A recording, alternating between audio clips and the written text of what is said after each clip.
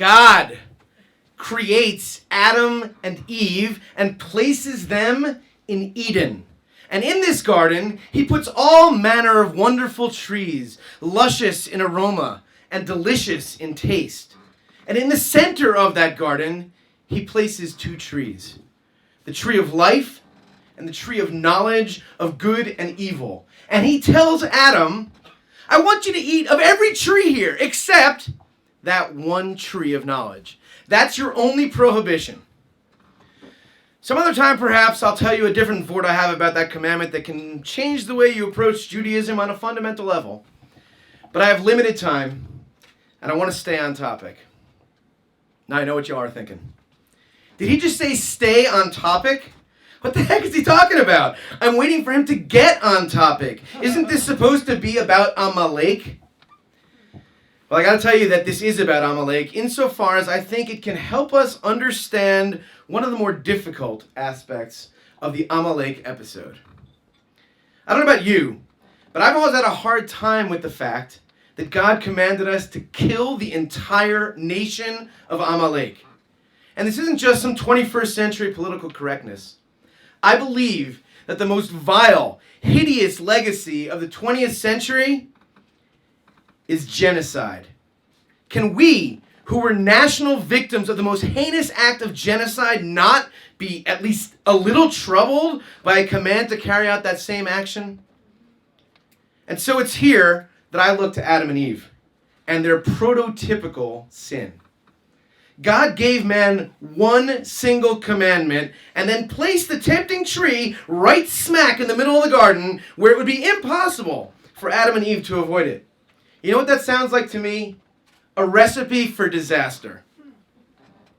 Is it possible that God, who the prophet Jeremiah calls Bochen Klayot Valev, and who is described in Tehillim as Hamevin El Kol Ma'asehem, could he possibly have expected Adam and Eve to resist that temptation?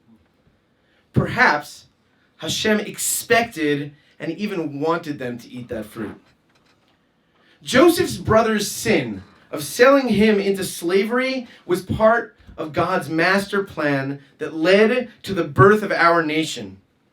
Perhaps Adam and Eve's sin was actually part of God's master plan for all of humanity. Theologically, this makes sense. Before God created the world, all there was God, and he was infinite. By creating a finite physical world, God was creating something imperfect, and inherently flawed. And if man were to live forever and never die, he would be too godlike.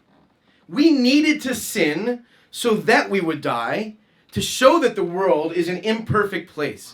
Man's need to work the earth for his food and woman's pains in labor were not punishments for eating of the fruit. Rather, they were the necessary result to the cause that was their actions.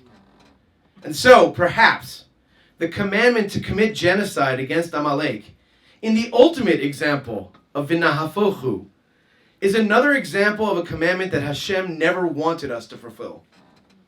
True, we're told that Saul loses the kingship because he fails to fully wipe out Amalek. But maybe this too is just the necessary outcome of his actions to build Hashem's master plan of passing the kingship to David. But if God never wanted us to fulfill this commandment, why would it be in the Torah? Well, the Torah is a pedagogical book and includes many things whose purpose is just to teach us lessons. The Gemara in Sanhedrin, for example, tells us that there never was, nor ever will be, an example of a ben sorer moreh, a rebellious son, whose parents bring him to be killed by the Beit Din. Thank God. It's only in the Torah there to teach us the importance of honoring our parents. Still, can we actually believe that God never expected or wanted us to exterminate Amalek? Well, I can. And I think that perhaps that explains what I see as the central paradox of the commandment in Kitetse. In a single breath, Hashem exhorts us to wipe out the memory of Amalek from the face of the earth and then to not forget them. It can't be literal.